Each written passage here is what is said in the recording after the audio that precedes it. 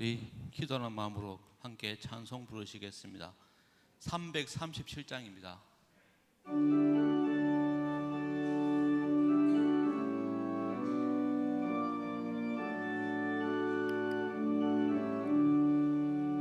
내 모든 시험 무거운 짐을 주 예수 앞에 아뢰이며 근심에 쌓인 날 돌아보사 내 근심 모두 맡으시네.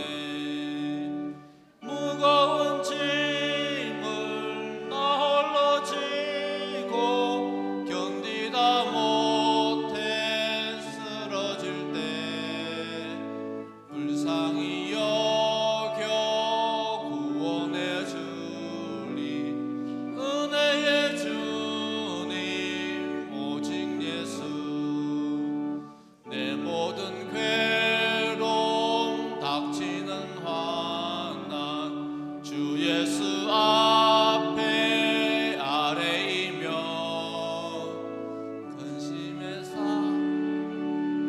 날 구해 주사 넓으신 사랑 베푸시네. 무거운 짐을 나 홀로 지고 견디다 못해 쓰러질 때 불쌍히 여겨 구원해 주리. 은혜의 주님 오직 예수. 내 짐이 점점 무거워질 때 주 예수 앞에 아뢰이며 주께서 친히 날 구해 주사 내 대신 짐을 져주시네. 무거운 짐을 나 홀로 지고 견디다 못해 쓰러질 때 불쌍히 여겨 구원해 주리. 은혜의 주님 오직 예수. 마음의 시험 무서운 죄를 주 예수 앞에 아뢰이며 예수는 나의 능력이 되사 세상을 이길 힘 주시네. 무거운 짐을 나 홀로 지고 견디다 못해 쓰러질 때 불쌍히 여겨 구원해 주리. 은혜의 주님 오직 예수. 아멘. 429장입니다. 우리 박수치며 부르겠습니다. 세상 모든 풍파늘을 흔들어 약한 마음 낙심하게 될 때에 내려주신 주의 복을 세어라. 주의 크신 복을 내가 알리라. 받은 복을 세어 보아라. 크신 복을 내가 알리라. 받은 복을 세어 보아라. 주의 크신 복을 내가 알리라. 세상 근심 걱정 너를 누르고 십자가를 등에 지고 나갈 때 주가 내게 주신 복을 세어라. 두려움 없이 항상 찬송하리라. 받은 복을 세어 보아라.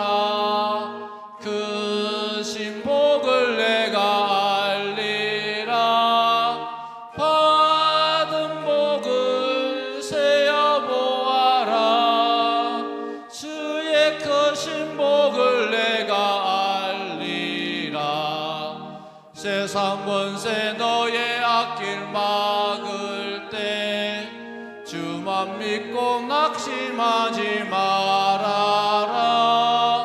천사들이 너를 보호하리니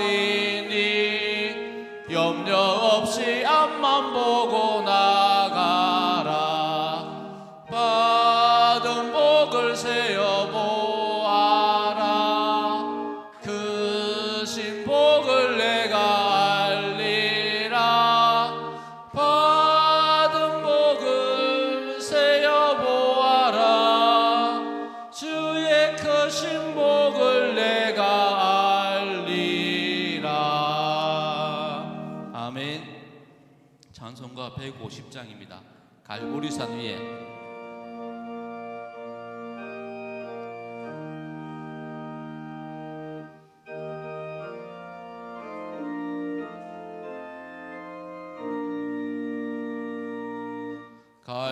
갈보리산 위에 십자가 쓰으니 주가 고난을 당한 표라.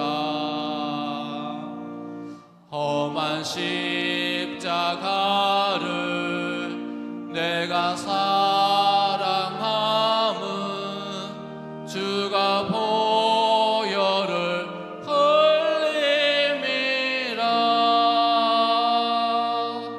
최후 승리를 얻기까지 주의 십자가 사랑하리. 빛나며 멸류관 받기까지 험한 십자가 붙들겠네. 멸시천대 받은 주의 십자가에 나의 마음이 끌리도다. 귀한 어린 양이 세상 죄를 지고 험한 십자가 지셨도다. 최후 승리를 얻기까지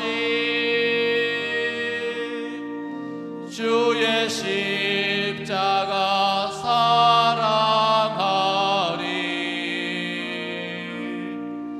빛나며 멸류관 받기까지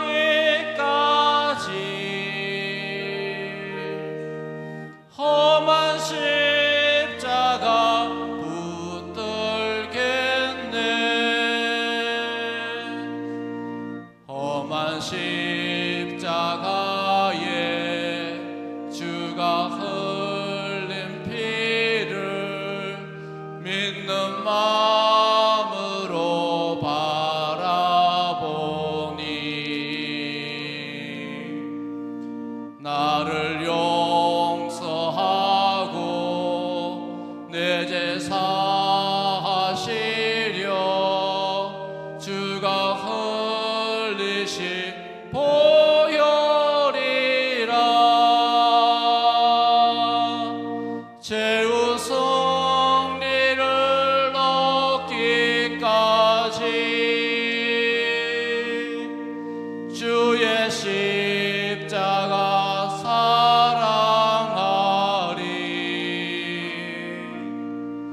빛나며 멸류관 받기까지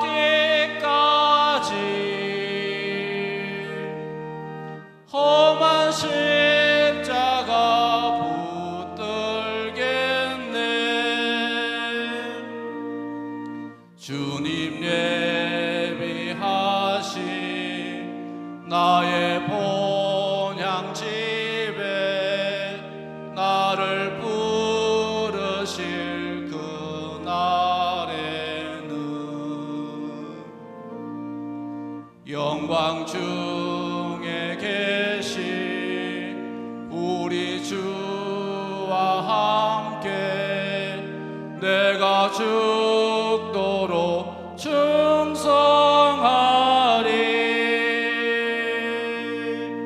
최후 승리를 얻기까지 주의 십자가 사랑하리. 빛나며 멸류관 받기까지 험한 십자가 붙들겠네.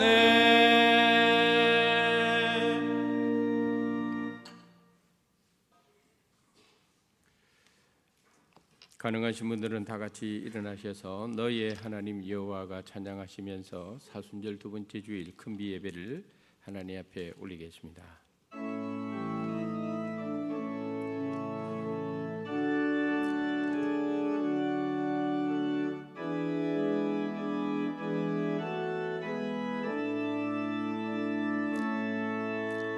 너의 하나님 여호와가 너의 가운데 계시니 그는 구원을 베푸실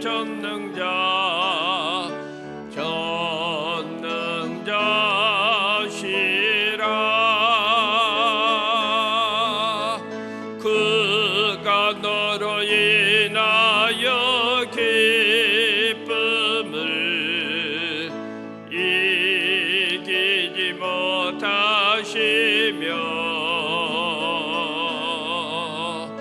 너를 잠잠히 살아 하시며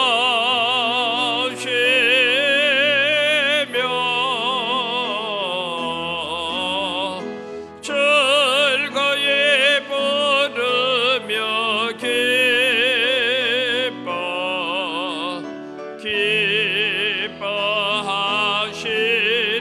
기뻐하시리라.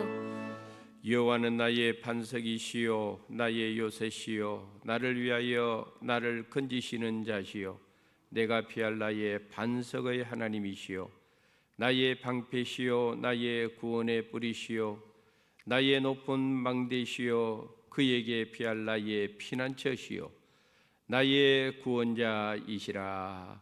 아멘.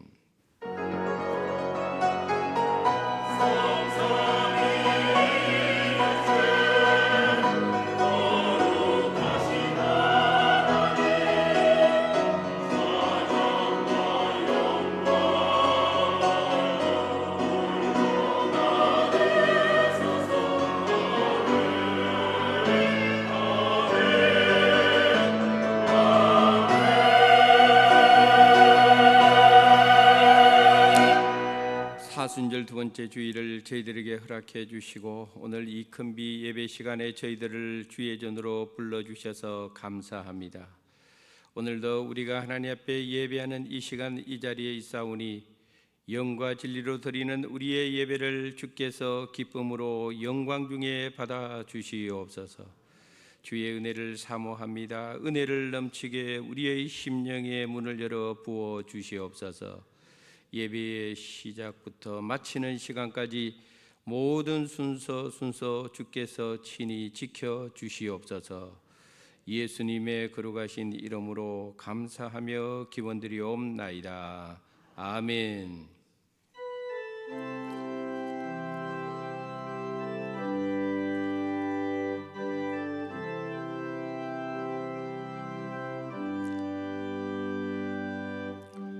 오 예수님 내가 옵니다. 못 박히신 십자가 앞에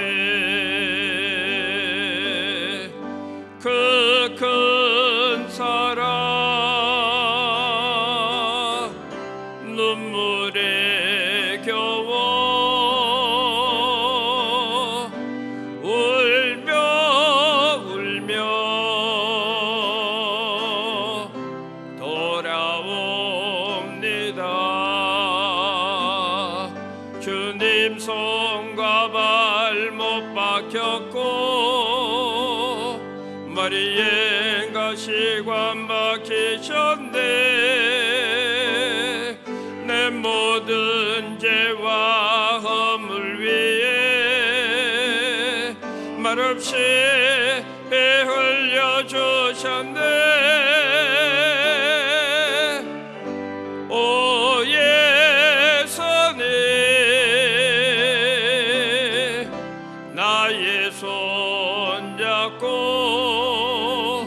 이제부터 영원까지 내 구주가 되옵소서. 이제부터 영원까지 내 구주가 되옵소서.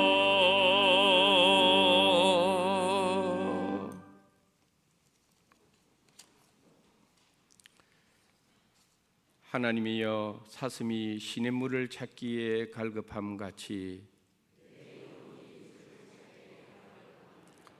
내 영혼이 하나님 곧 살아계시는 하나님을 갈망하나니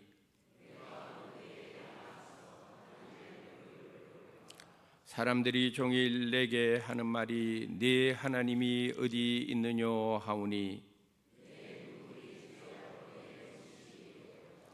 내 영혼아, 네가 어찌하여 낙심하며 어찌하여 내 속에서 불안해하는가.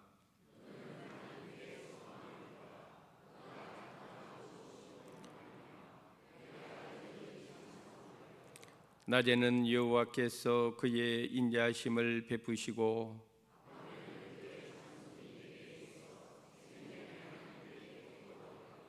내 반석이신 하나님께 말하기를 어찌하여 나를 잊으셨나이까.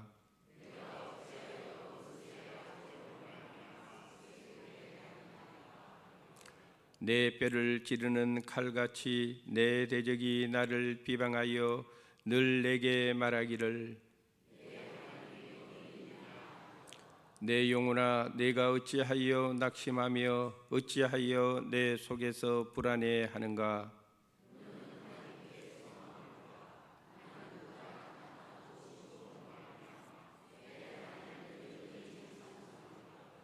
아멘. 나는 전능하신 아버지 하나님 천지의 창조주를 믿습니다. 나는 그의 유일하신 아들 우리 주 예수 그리스도를 믿습니다. 그는 성령으로 잉태되어 동정녀 마리아에게서 나시고 본디오 빌라도에게 고난을 받아 십자가에 못 박혀 죽으시고 장사된 지 사흘 만에 죽은 자 가운데서 다시 살아나셨으며 하늘에 오르시어 전능하신 아버지 하나님 우편에 앉아 계시다가 거기로부터 살아있는 자와 죽은 자를 심판하러 오십니다. 나는 성령을 믿으며 거룩한 공교회와 성도의 교제와 죄를 용서받는 것과 몸의 부활과 영생을 믿습니다. 아멘.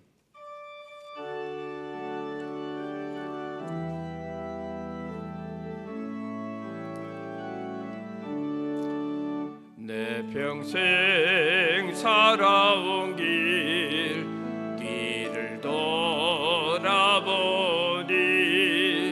걸음마다 자욱마다 다 죄뿐입니다.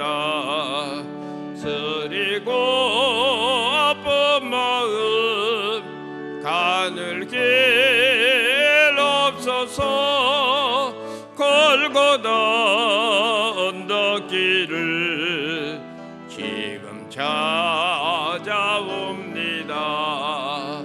나 같은 못난 인간 주께서 살리시려 하늘의 영광 보자 모두 다 버리시고 천하제 천한종의 영상을 입으셨네.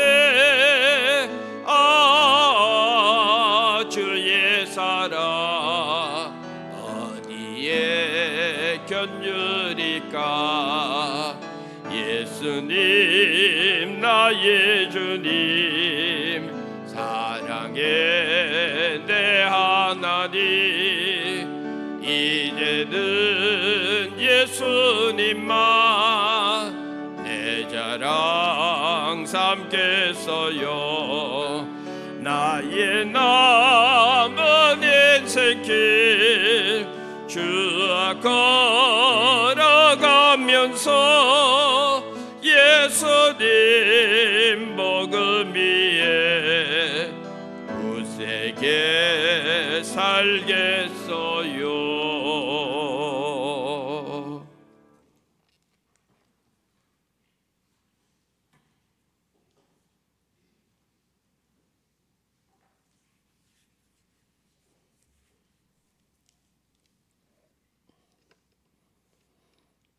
사랑과 은혜가 많으신 하나님 아버지, 오늘도 주님의 날 저희들 큰비 예배의 자리로 불러주셔서 하나님께 영광 올리게 하시니 감사를 드립니다.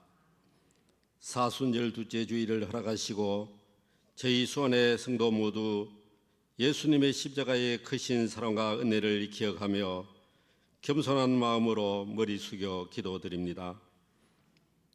우리는 때로 세상의 유혹에 흔들리고 우리의 욕심과 연약함으로 인해 주님을 온전히 의지하지 못할 때가 많았음을 고백합니다. 우리의 죄를 용서하여 주시옵소서. 깨끗한 마음으로 주님 앞에 서게 하옵소서.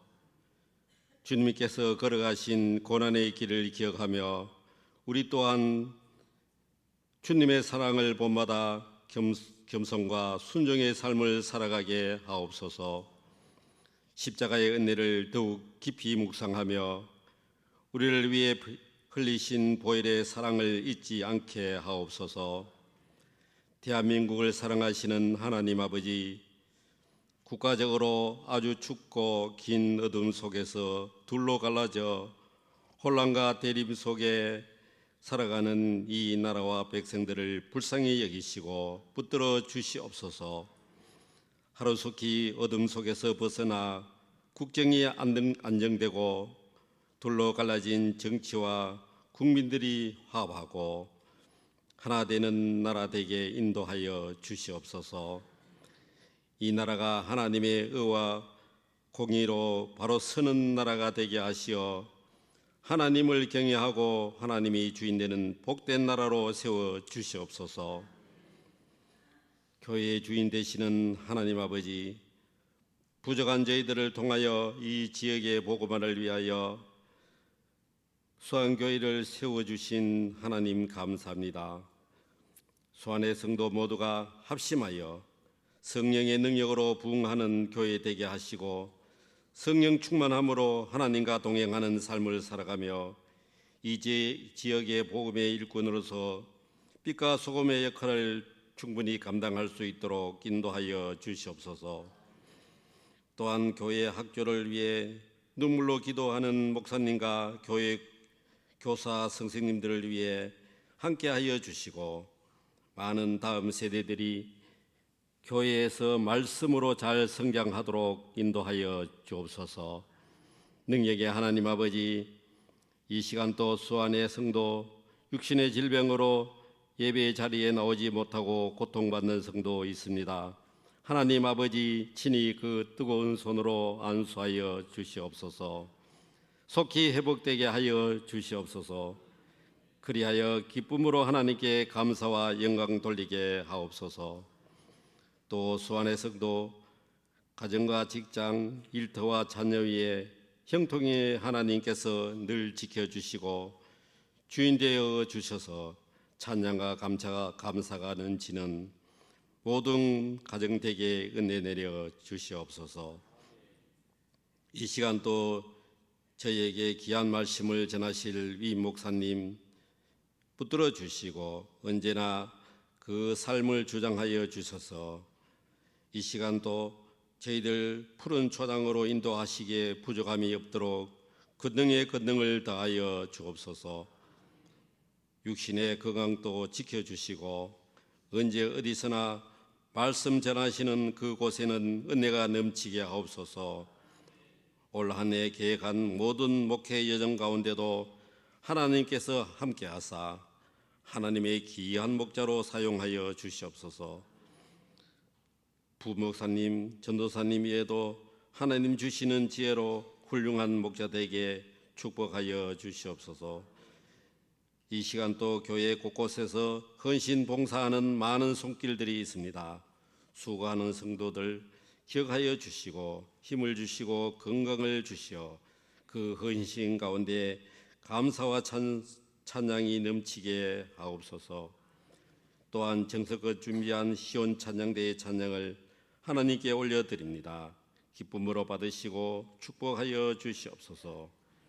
저희들 십자가 보혈을 기억하며 사순절 둘째 주 겸손히 예배드리오며 거룩하신 예수 그리스도의 이름으로 기도드립니다. 아멘.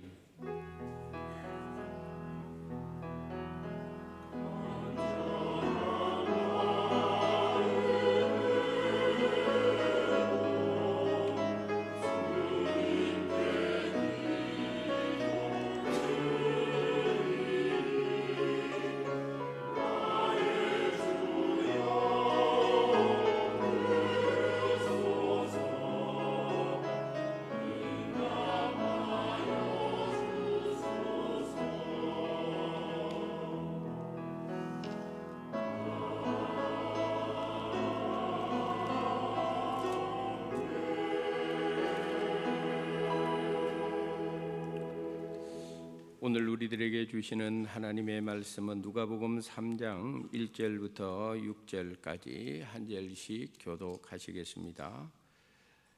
제가 먼저 1절 읽겠습니다. 디베리오 황제가 통치한 지 15해 곧 본디오 빌라도가 유대의 총독으로 헤롯이 갈릴리의 분봉왕으로 그 동생 빌립이 이두레와 드라고니 지방의 분봉왕으로 루사니아가 아빌레네의 분봉왕으로 안나스와 가야바가 대제사장으로 있을 때에 하나님의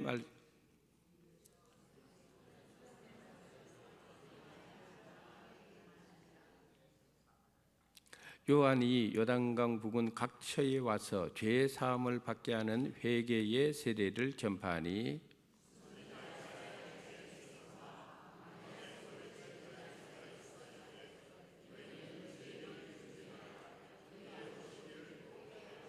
모든 골짜기가 메워지고 모든 산과 작은 산이 낮아지고 굽은 것이 곧아지고 험한 길이 평탄하여질 것이요 모든 육체가 하나님의 구원하심을 보리라 함과 같으니라.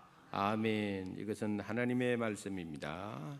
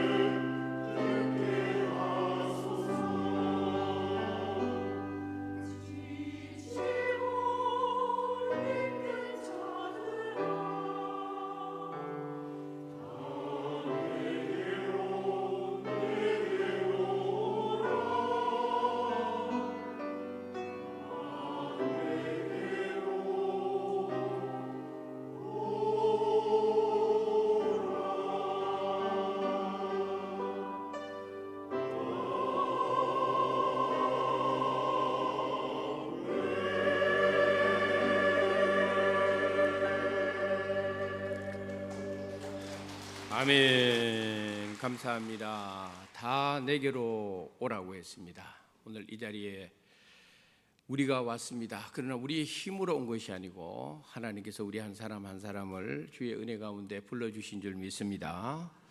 오늘 이 시간의 말씀을 통해서 우리를 불러주신 하나님의 그 크신 사랑을 들을 수 있는 복된 귀, 복된 마음이 되시기를 주님의 이름으로 축복합니다. 오늘 우리가 읽은 성경을 가만히 생각을 해보면은 성경은 전설 따라 삼천리와 같은 전설이 아닙니다. 성경은 우리나라 당군 신화처럼 신화가 아닙니다. 이솝 우화처럼 우화도 아닙니다. 옛날 아주 오랜 옛날에 하면서 시작하는 옛날 이야기도 아닙니다. 성경은 하나님께서 우리 인간의 역사 속에 직접 들어오셔서 직접 말씀하셨고 지금도 저와 여러분에게 생생하게 들려주시는 살아 역사하는 생명의 말씀이 성경인 줄 믿습니다. 이런 관점에서 오늘 본문 누가복음 3장을 보면은 그 시작이 아주 명확합니다. 이 말씀이 언제 누구에게 무슨 목적을 가지고 무엇을 증거하게 하였는가, 이것을 아주 분명하게 명확하게 보여주고 있다는 것입니다. 오늘 우리가 읽은 말씀 중에 제일 먼저 등장하는 사람이 디베료 황제가 통치한 지 15해 디베료 황제. 우리 성경 번역은 우리말로 디베료 이렇게 되어 있지만 본래 우리 세계 역사학교에서 말하는 본명은 티베리우스 황제라고, 티베리우스 황제입니다. 우리 이 시간에 사진을 하나 보십시다. 저 사진이 티베리우스 황제의 흉상입니다. 진짜 저 모습인지는 모르겠어요. 근데 그냥 저렇게 세계사적으로는 저렇게 알려져 있습니다. 저 티베리우스 황제는 로마의 두 번째 황제였는데 그는 22년 약 6개월 동안 로마 제국을 통치하는 황제였습니다. 그는 황제의 위치에 있으면서 매우 유능했습니다. 유능한 행정가였습니다. 그리고 전쟁에도 능한 황제였습니다.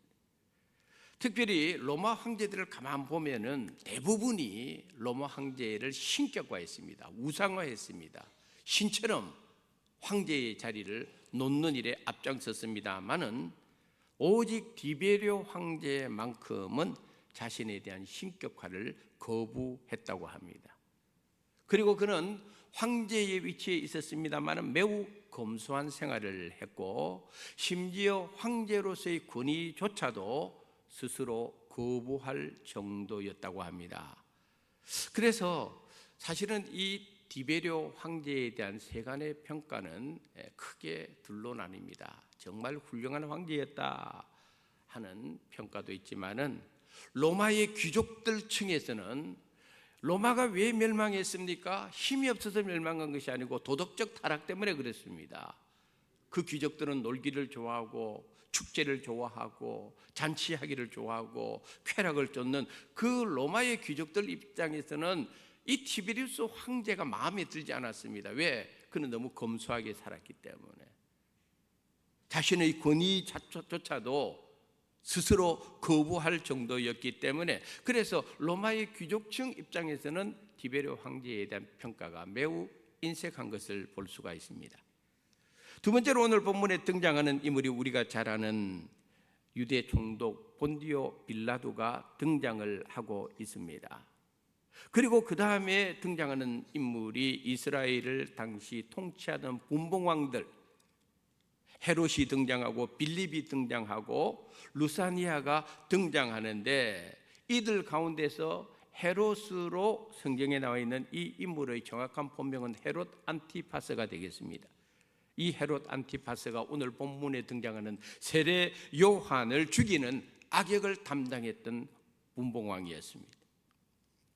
그 다음에 등장하는 인물이 두 대제사장이었습니다.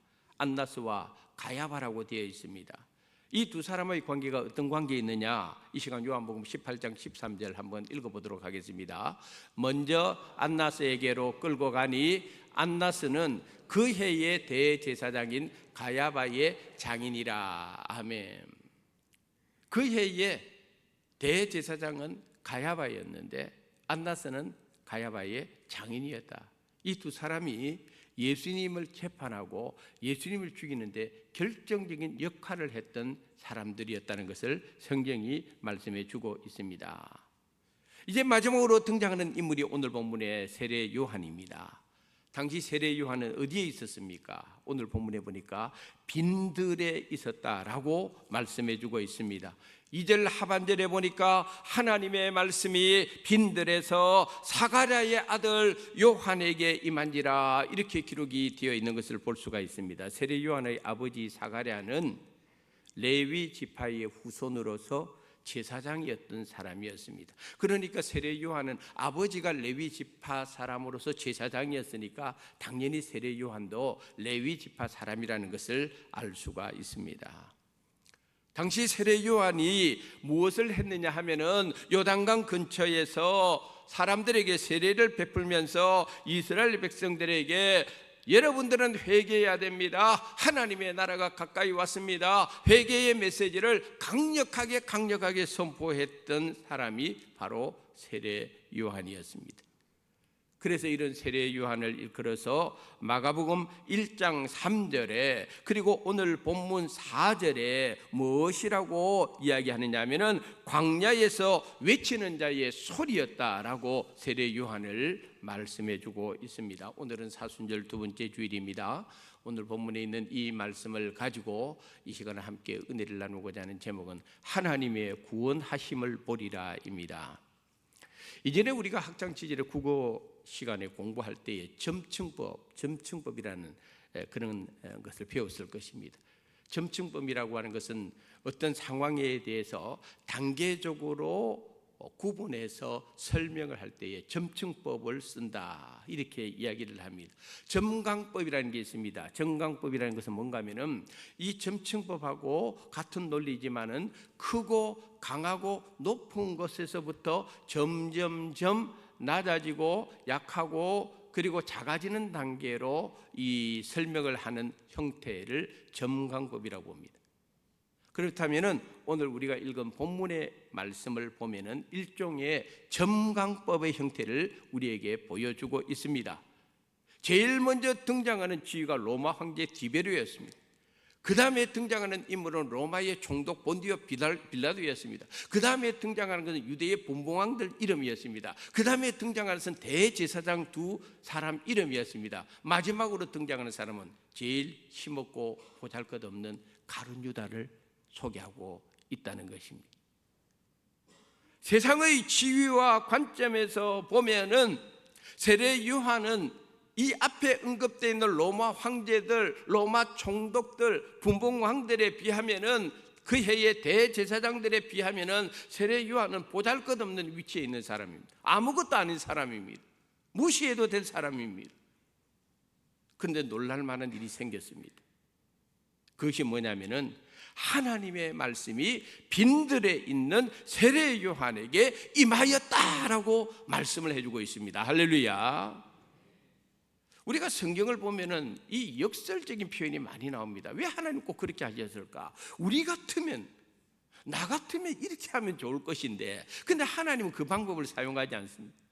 사도 바울이 그런 말을 했습니다. 유대인들은 표적을 구하고 그랬습니다. 유대인들은 표적을 구합니다. 표적을 좋아합니다. 표적을 보여달라고 그럽니다. 예수님 앞에 나와서 계속적으로 사두개인들이 바리새인들이 구한 것이 표적을 보여달라고 요청을 합니다. 그때 예수님이 뭐라고 말씀하시는가 하면은 내가 너에게 요나의 표적 외에는 보여줄 것이 없다라고 이야기를 합니다.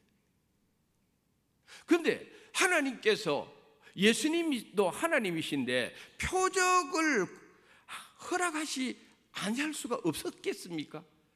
표적을 행할 수 없었겠습니까?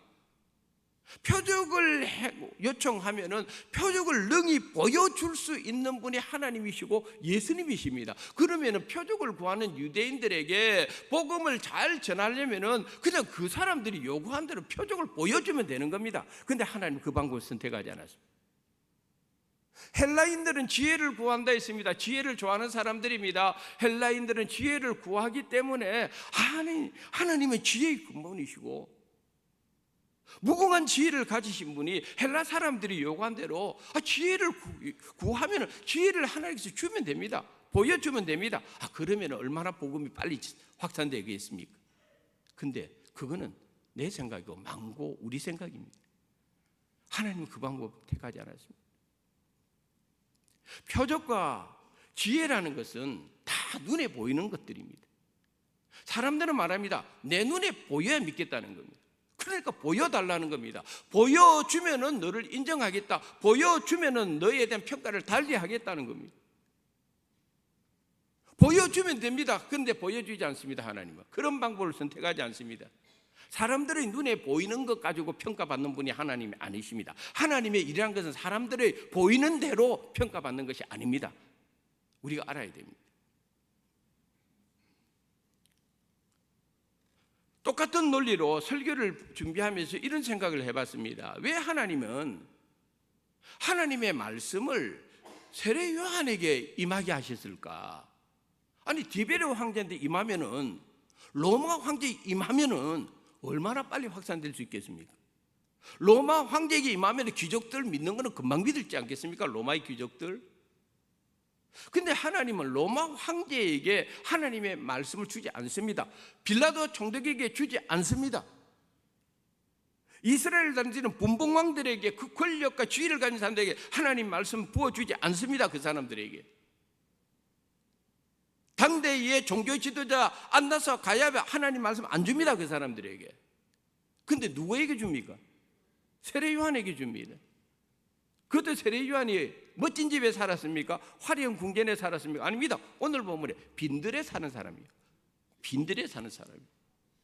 복음의 역설적이 바로 여기에 나와 있다는 것입니다. 지난주에 제가 설교를 했는데 왜 예수님께서 예루살렘 성전 정화 사건을 일으키는가? 왜 성전에 가서 그 장사하는 사람들 상을 다 엎어버리시고 쫓아내셨는가? 성전 정화 사건을 왜 일으킵니까? 성전이 성전답지 않으니까 그런 것입니다. 하나님의 말씀은 어디에서 사실은 임해야 되고 선포돼야 됩니까? 성전에서 하나님 말씀이 임해야 됩니다. 성전에서 말씀이 선포돼야 됩니다. 그러나 당시에 예루살렘 성전은 성전답지 않았기 때문에 그래서 그 예루살렘 성전에는 말씀이 안 임하는 것입니다.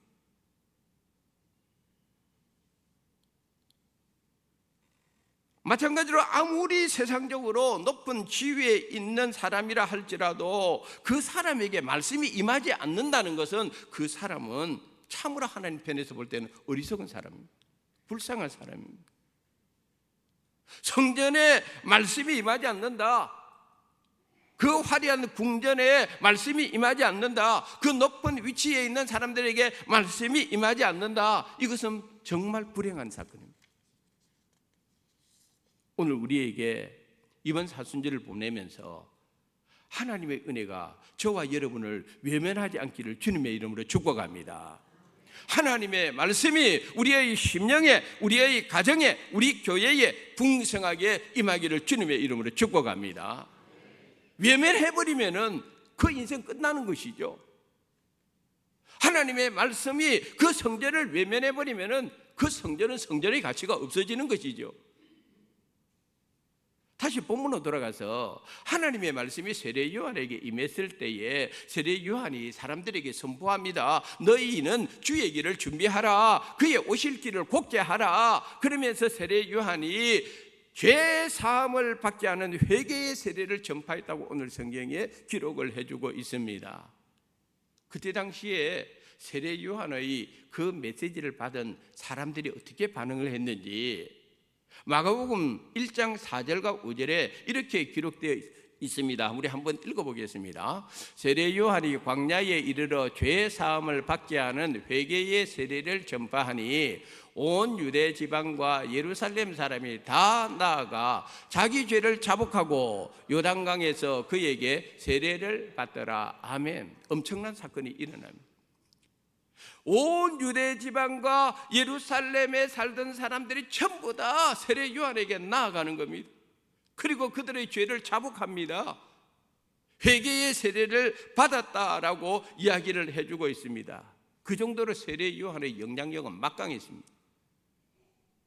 당시 세례 요한을 바라보는 사람들의 마음이 어떠했는지 누가복음 3장 15절에 이렇게 기록되어 있습니다. 읽어보겠습니다. 백성들이 바라고 기다림으로 모든 사람들이 요한을 혹 그리스도신가 심중에 생각하니. 아멘. 사람들이 저 세례 요한이 메시아일까 그리스도일까 다 그렇게 생각을 했다는 것입니다. 그 정도로 그때 당시에 많은 유대의 사람들이, 예루살렘 사람들이 누구를 기다렸는가 하면은 메시아를 기다리고 있었다. 그들은 정말 바라고 기다리고 있었다라고 성경을 말해주고 있습니다. 오늘 이런 마음이 우리에게도 있어야 될 줄 믿습니다. 우리에게도 이런 마음이 있어야 됩니다. 무엇을 바라고 무엇을 기다리십니까? 우리에게 예수님을 바라고 예수님을 기다리는 은혜가 있기를 주님의 이름으로 축복합니다. 초대교회 성도들은요 그 마음이 충만했습니다. 요즘은 그래 잘 안 합니다. 예수님 오겠지, 온다 했으니까. 못 믿겠지만 목사님도 온다 하니까 아멘 하니까 어쩔 수 없이 아멘도 하는 것이고. 근데 예수님 오십니다. 반드시 오십니다. 정말 그렇습니다. 그 마음이 우리 속에 있어야 됩니다. 주님 오십시오. 빨리 오십시오. 정말 오셔야 됩니다. 근데 요즘 그리스도인들이 지금 오면 안 되는데, 아직 오면 안 되는데 자신이 없는 거예요. 예수님 맞이할 준비가 안 되는 거예요. 자신이 없는 거예요. 우리 아들 장가 보내놓고 와야 되는데. 근데요 진짜 우리 그리스도인들이 깨어있다면요 주님은 오늘이라도 오시기를 바라야 됩니다. 할렐루야. 정말 그 마음이 있어야 됩니다. 우리 가운데. 앞에서도 언급했듯이 당시 많은 사람들이 세례 요한에게 나와 회개 세례를 받았다고 했습니다. 확실히 세례 요한의 영적인 파워는 대단했습니다. 회개의 세례는 정말 영적으로 의미가 있는 것이었습니다. 근데 성경은 우리에게 그것보다 더 중요한 것이 있다는 걸 가르쳐 줍니다. 아무리 온 유대와 예루살렘 사람들이 세례 요한을 메시아처럼 생각하고 그 앞에 나왔지만은, 그러나 성경은 아주 명확하게 세례 요한의 사명보다 더 위대한 사명을 가진 자가 온다는 거예요. 세례 요한의 회개를 드러내는 세례, 물세례보다 더 놀라운 세례를 베푸실 분이 오게 되어 있다는 거예요. 그걸 우리에게 가르쳐 주옵니다. 사람들이 세례 요한을 저분이 메시아일까, 그리스도일까, 우리가 오랫동안 바라고 기다리던 그분일까 라고 생각했을 때에 세례 요한은 사람들에게 명확하게 다음 같은 말씀을 해주었습니다. 누가복음 3장 16절 읽어보겠습니다. 요한이 모든 사람에게 대답하여 이르되 나는 물로 너희에게 세례를 베풀거니와 나보다 능력이 많으시니가 오시나니 나는 그의 신발끈을 풀기도 감당하지 못하겠노라. 그는 성령과 불로 너희에게 세례를 베푸실 것이요. 아멘. 한번 따라합시다. 나보다 능력이 많으시니가 오시나니. 할렐루야. 나는 너희에게 물로 세례를 주지만은 나보다 능력이 많으신 그분이 오시게 돼 있는데, 그분이 오시면은 내가 물로 세례 주는 거하고 비교할 수 없어. 불과 성령으로 세례를 주실 분이야. 할렐루야. 그분이 누굽니까? 그분이 예수님이다. 구원은 세례 요한을 통해서 주어지지 않습니다. 오직 예수님을 통해서만 구원을 받을 수가 있는 거예요. 그래서 사도행전 4장 12절에 보면은 베드로가 사람들에게 담대히 이와 같은 설교를 합니다. 읽어보겠습니다. 다른 이로서는 구원을 받을 수 없나니 천하 사람 중에 구원을 받을 만한 다른 이름을 우리에게 주신 일이 없음이라 하였더라. 아멘. 다른 이름을 우리에게 주신 일이 없습니다. 착하게 살면 구원받을 수 있다고 생각합니까? 착하게 살면은, 양심적으로 살면은, 법 잘 지키고 살면은, 그러면은 구원받을 수 있다고 생각합니까? 다른 종교라도 열심히 성심껏 믿으면은 구원받을 수 있다고 생각하십니까? 얼마 전에 죽은 우리 송대관 씨 생각하면 참 마음이 아프지만, 그분이 불렀던 노래 안 되는 일 없단다 노력하면은, 근데 열심히 살고 노력하면 구원받을 수 있습니까? 오늘 본문 6절에 이렇게 말씀을 해주고 있습니다. 모든 육체가 하나님의 구원하심을 보리라. 누구의 사역입니까? 예수님의 사역입니다.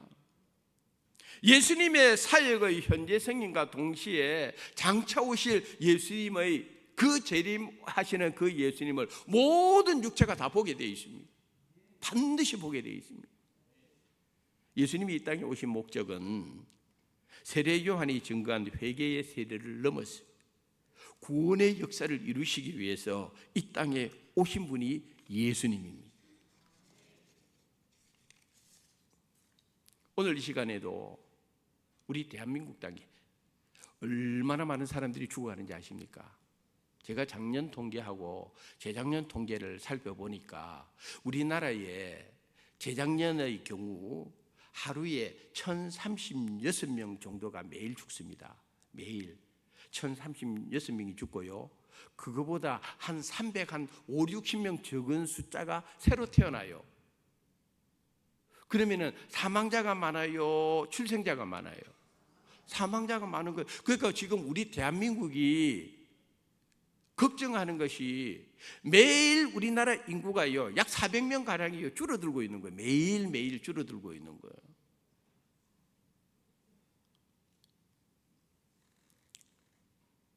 참 안타까운 것은 하루에 1036명 정도 죽는데 그 가운데에서 35명에서 37명이 자살하는 사람입니다. 하루에.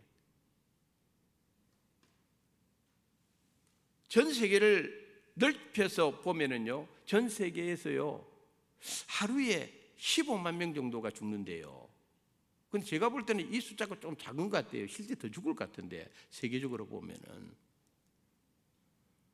이렇게 많은 사람들이 매일같이 죽어나가는데, 물론 그들 가운데 예수 믿다가 죽는 사람도 있겠지만은 통계적으로 예수 안 믿고 죽는 사람들이 훨씬 많은데, 그런데 우리가 한 가지 알아야 될 것이 있습니다. 그 사람이 예수를 믿든 안 믿든, 예수를 받아들이든 안 받아들이든, 예수를 인정하든 안 하든 간에 사람이 죽으면요 전부 다 모든 육체가 우리 하나님의 구원을 보리로다 하는 말씀처럼 모든 육체는 전부 다 심판주 되시는 예수님 앞에 서게 되어 있습니다. 할렐루야.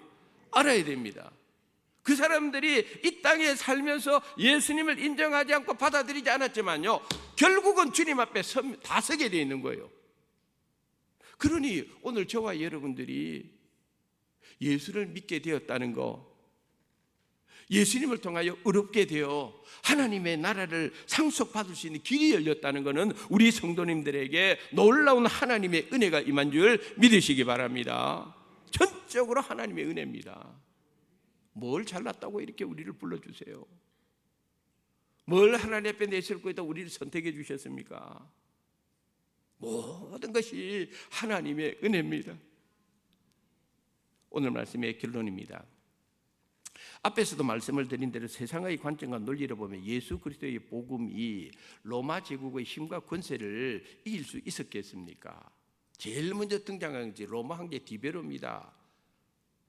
예수님의 복음이 로마 황제 디베로를 이길 수 있다고 생각한 사람은 당시에 몇 안 됐습니다. 예수 그리스도의 복음이 총독과 유대와 이스라엘 땅을 다스리는 분봉왕을 극복할 수 있고 이길 수 있다고 생각했겠습니까? 천만의 말씀입니다.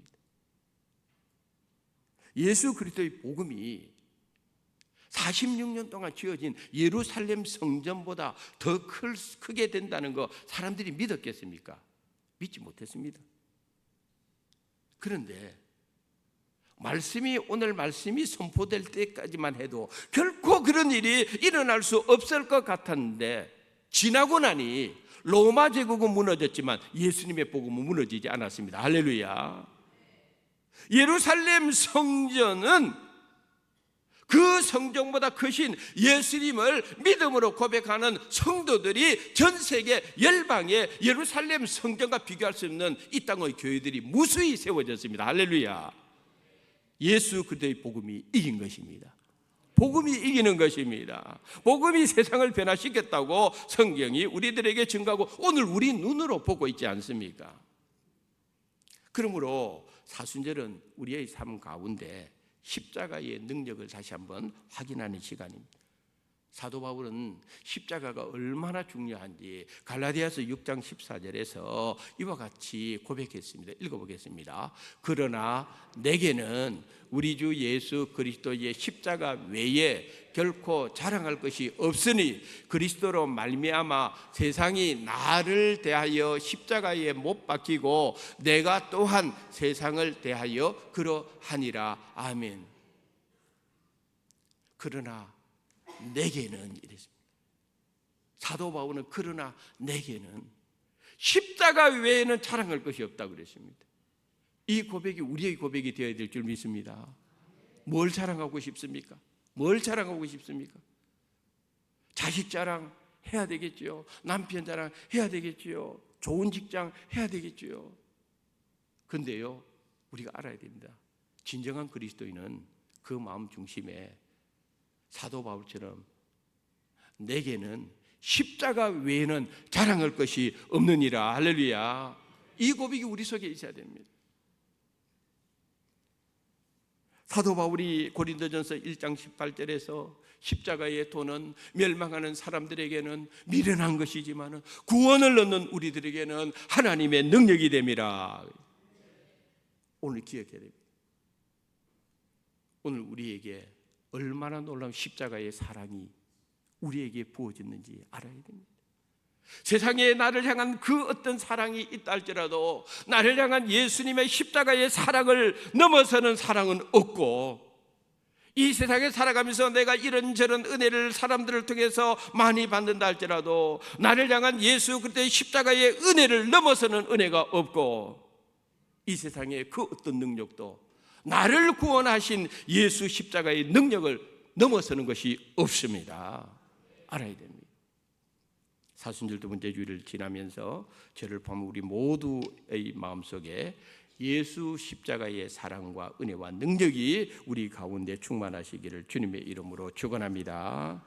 기도하겠습니다. 하나님 아버지, 사순절 두 번째 주일에 증거되고 선포된 이 하나님의 말씀이 믿음으로 아멘으로 화답하는 성도들에게 이 말씀이 그들의 삶 속에 응하여지게 하여 주시옵소서.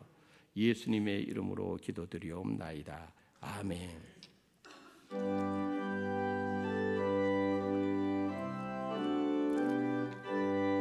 1절 3절 부르겠습니다. 그 참혹한 십자가에 주 달려 흘린 피 샘물같이 흘러서 죄 씻어주시네. 값없어도 다 나와서 내 죄를 고하면 흰 눈보다 더 희도록 참성결 얻으리. 나 믿노라 그 보혈 공로를 흠없어도 피 흘리사 날 구원하셨네. 온 백성의 죄 사하신 하나님 어린 양, 그 십자가 지심으로 온 인류 구했네.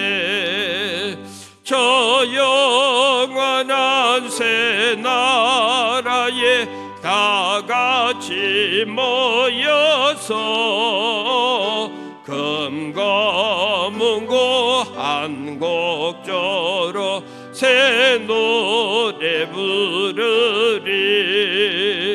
나 맺노라 나 맺노라 그 보혈 공로를 흠없어도 피 흘리사 날 구원하셨네.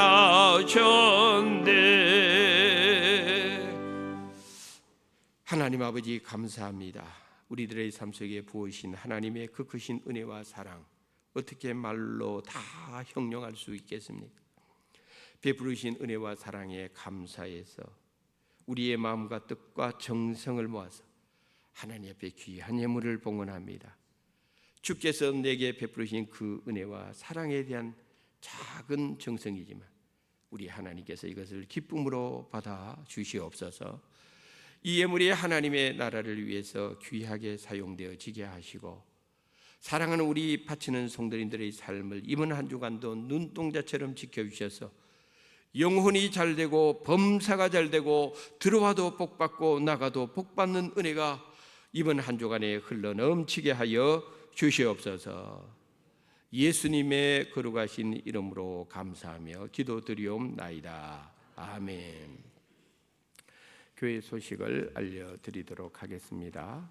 이번 주 금요일 날 금요 기도회 있습니다. 우리 성도님들께서 많이 나와서 기도의 자리에서 기도의 분량을 쌓아 나가시기를 축복합니다.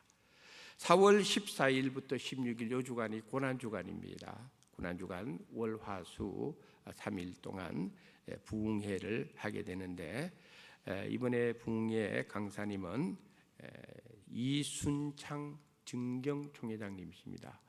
우리 성도님들에게 제가 하나 자신 있게 약속할 수 있는 게 있는데요, 이번 부흥회에 결코 실망하지 않을 것입니다. 여러분들 정말 은혜 많이 받을 것입니다. 꼭 여러분들도 오시고 가족들도 모시고 또 친척들도 데리고 오시고 이웃들도 데리고 오시고 전도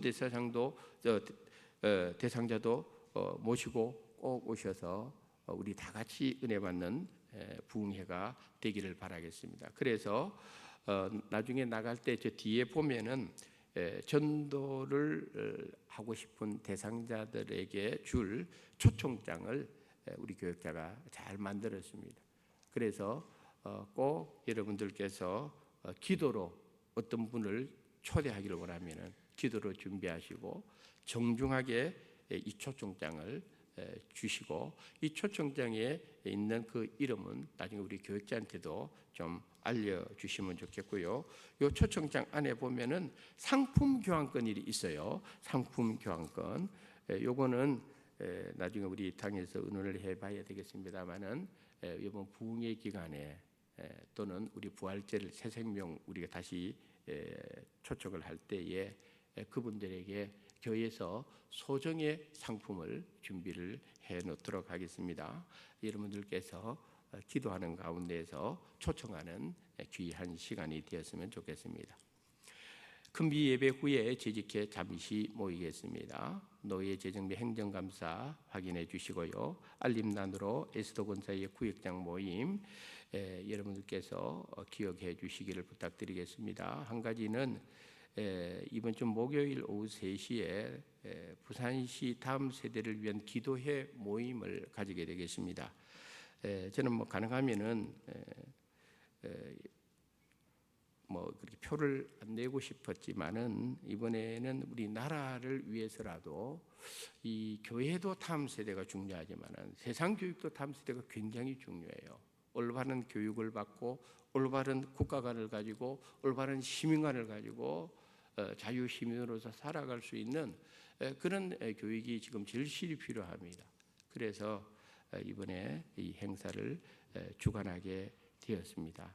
여러분들께서 관심 있는 분들은 와 주시도 되는데요. 장소가 좁습니다. 여기는 발대시가 하는 곳이기 때문에 장소는 좁지만은 향후 우리 정말 다음 세대를 위해서 교회가 기도해야 되고 세상 우리 대한민국의 교육과 미래를 위해서도 기도해야 될 때가 되었다고 봅니다. 그 다음에 우리 세례 입교자 신청 한의학 의료 상담 우리 연호 한의원 원장님 오늘 예배 마치고 12시 반부터 1시 50분까지 교육하는 일정 카페에서 우리 성도님들 와서 그냥 한번 좀 몸을 전체적으로 한번 진단하고 싶다 하시는 분들은 무료로 우리 원장님께서 재능 기부를 해주시기도 했습니다. 나중에 카페로 가시고요. 그 다음에 필리핀 축복교회 중축공사 관련 내용 주보에 있는 내용들 참조해 주시면 감사하겠습니다. 장기 입원 환우들 위해서 계속적으로 기도해 주시면 좋겠습니다. 어저께 우리 부산 남노에 남성교회 주관으로 노예 탁구 대회가 있었습니다. 그래서 저희 교회에서 우리 이창호 집사님이 우승을 했습니다. 할렐루야. 일어서 주세요. 박수 한번 해주세요. 나는 예전에 탁구는 제가 제일 잘 친다고 생각한 줄 알았는데 저는 어저께 이상만 장로님한테 지고 어제 보니까 우리 홍영선, 최순남, 우리 이필은 장로님 이분들이 어저께 나가서 하는데요. 야 잘하더라고요. 전부 다. 수학기는 탁구만 치라 이 소리 들었다 내가. 감사합니다. 어쨌든 노예 행사에 참 귀하게 협조해 주시고 또 귀하게 또 승리해 주셔서 감사합니다. 다른 광고 없으시면은 우리 다 같이 일어나셔서 찬송가 53장 1절 부른 후에 축도하심으로 예배를 마치도록 하겠습니다.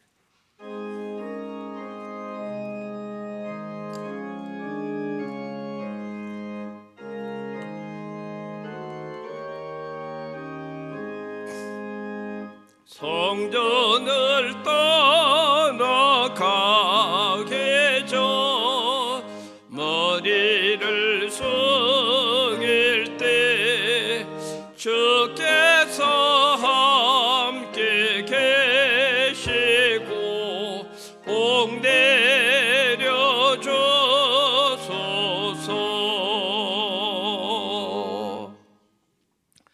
생일을 맞은 사랑하는 성도님들을 지난 1년 동안 지켜주신 하나님, 변함없이 저들의 인생에 걸음걸음 동행하시고 지켜주시고 축복하여 주시옵소서.